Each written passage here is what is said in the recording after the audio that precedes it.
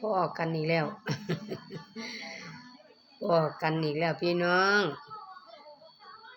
สิไปไสก็พ้อกันคือเก่าดวงสมพงษ์กันเนาะพี่น้องส่งข้อยไปหาเจ้าให้กำลังใจข้อยหน่อยเด้อคันเห็นหน้าข้อยขึ้นฟีดแล้วให้กำลังใจแหน่จ้าพ้ออยากไปนำหมู่ โอ้แต่ความนี้ล่ะ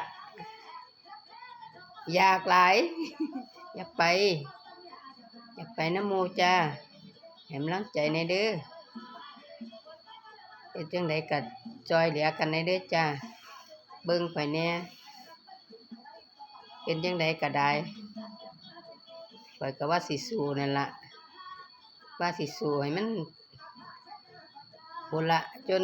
สู้บ่ไหวพู้นล่ะจ้า